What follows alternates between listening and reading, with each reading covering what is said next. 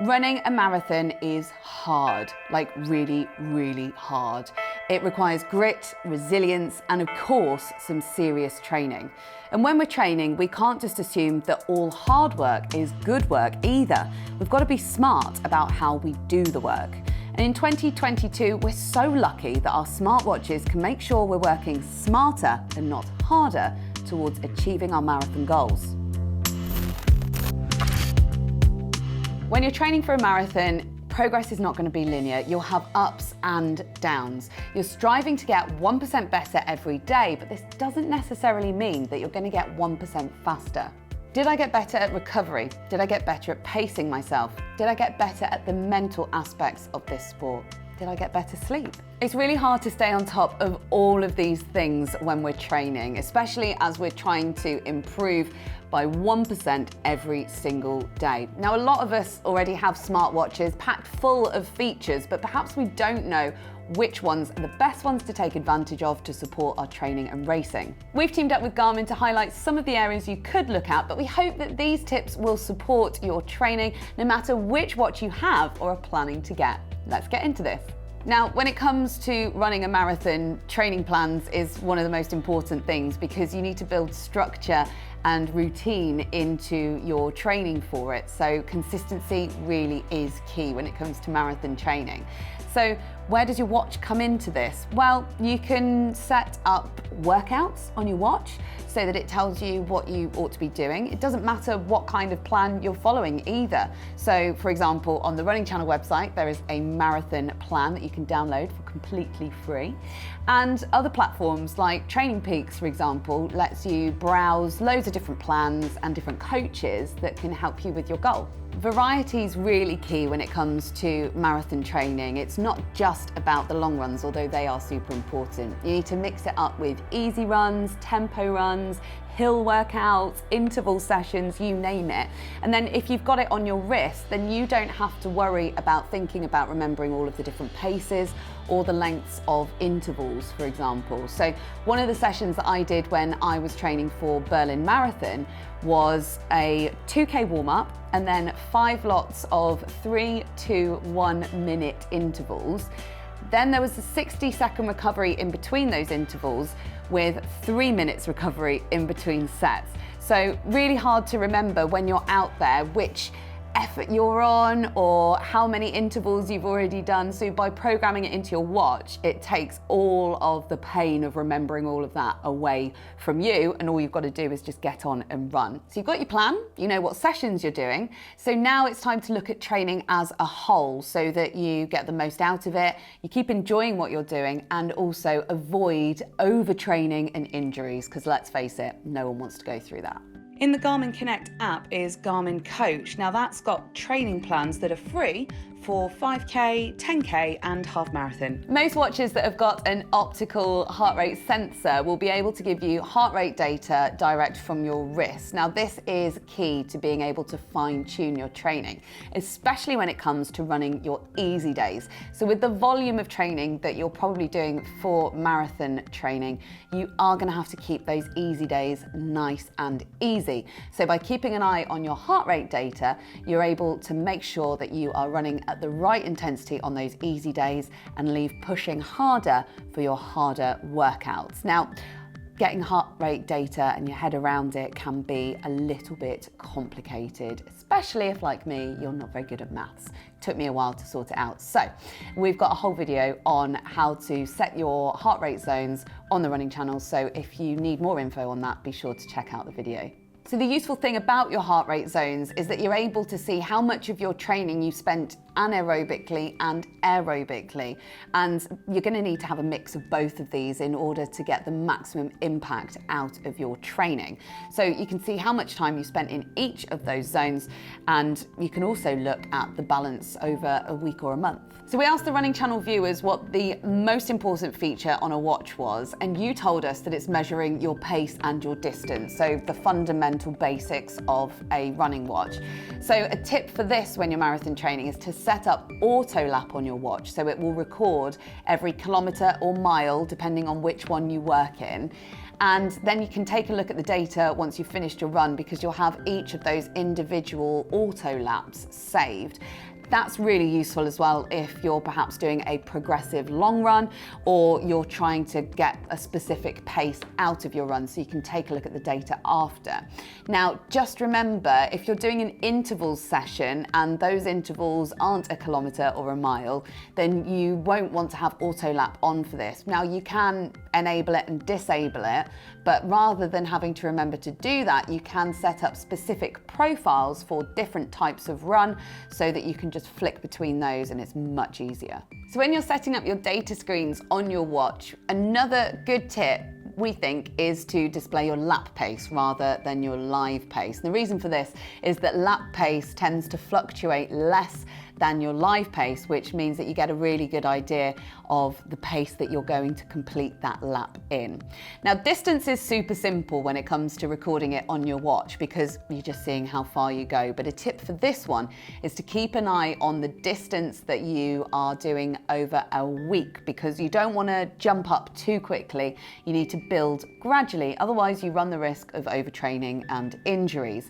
And the basic rule of thumb for this one is to increase no more than 10% each week. Another stat that you might want to take a look at to try and improve your training is cadence. Now, essentially cadence is the number of steps that you take per minute, and that combined with your stride length determines how fast you can run. Now, your watch can do the measuring for you on this, and we've got a video all about what cadence is, how you can improve it on the running channel. So for more details, check that out. Small changes to your cadence can ultimately make you more efficient, so take a look at your numbers. Knowing when to train is just as important as the training itself. So if you're wearing your watch every single day, it's likely you'll be tracking your heart rate data, stress, more advanced things like heart rate variability. And these can all combine to tell you how ready you are to train or how well recovered you are.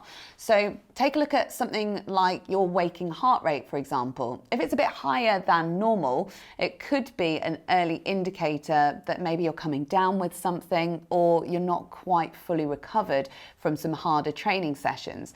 Knowledge is power, so use this information to determine whether you're going to be ready to do a harder session like intervals that day, or maybe you need to swap it out for an easy run or take a rest day.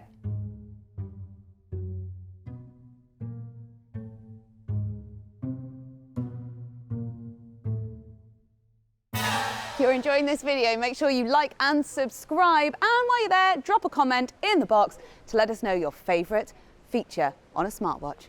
Sleep tracking is a tool that is often overlooked when it comes to marathon training. I mean, let's face it, looking at sleep data is not as exciting or as sexy as looking at how fast or far you've been running, but actually, it is just as important.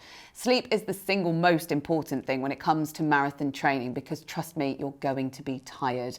If you don't get enough sleep, you run the risk of poor training sessions, maybe illness, injury, or even burnout. It's a lot to ask of your body to do marathon training, especially if you've got a full-time job and family and other things in your life to take care of. So wear your watch at nighttime when you're asleep to track that all-important sleep data. Keep an eye on how much you're getting and, most importantly, the quality of that sleep. Cross training is a really great way to supplement your running. So you might do things like cycling or swimming, anything that's lower impact to top up your aerobic fitness and also give you a little bit more variety than the monotony of just running. Or yoga and strength workouts, so they can improve your flexibility and also help with conditioning and your overall running economy. Your watch can track all of these activities and should be able to take them all into account when calculating things like your overall volume and intensity for the week. If you're stuck for inspiration, then your watch can probably take you step by step through exercises or different workouts, so you don't even have to do any of the planning or thinking yourself. Does your watch have any added features like music or navigation? If it does, then you can really use these to help with your training.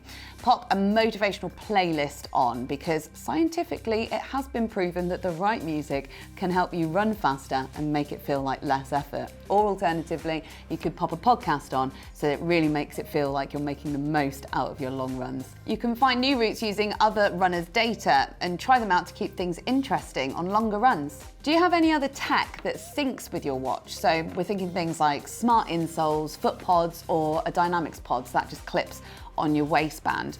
These can give you loads of extra data about how you're moving, so things like left-right balance, ground contact time, or how much vertical oscillation you have. Now those things might sound a little bit overwhelming, but Andy and Manny actually went head to head in a 10K race and then used those advanced running metrics to talk about how their form changed as they got tired and how that can relate to potential injury. So take a look at that if you're intrigued.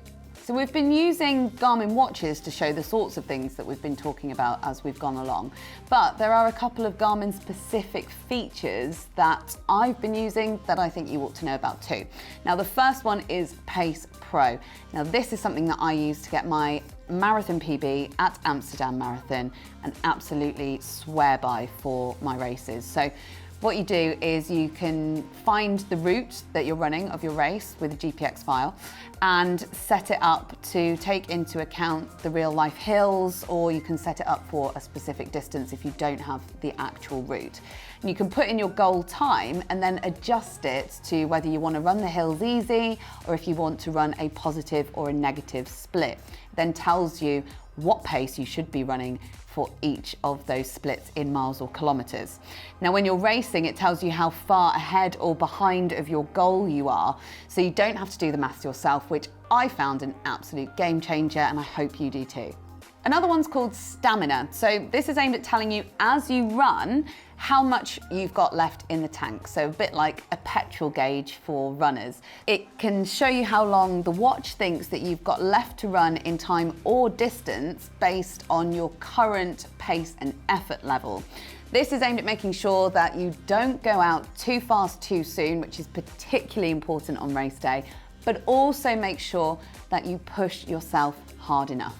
So we've talked a lot about using your watch for marathon training, but the most important part of marathon training is race day, of course. So take advantage of all of the things that you've learnt in training.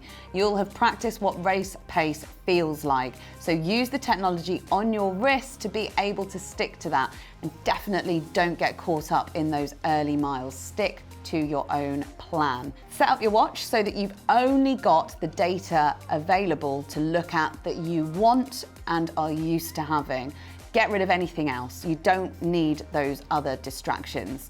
Keep it simple. You are the one that's put the hard work in, and rely on that hard work and use your watch as a gauge to get you to that finish line. Hopefully there's something in amongst all of that that will help you when it comes to hitting your race day goal. Are there any features that have piqued your interest that you maybe want to try out? Or perhaps there's something that you absolutely swear by when it comes to training? Let us know in the comments, and I'll see you soon on the Running Channel.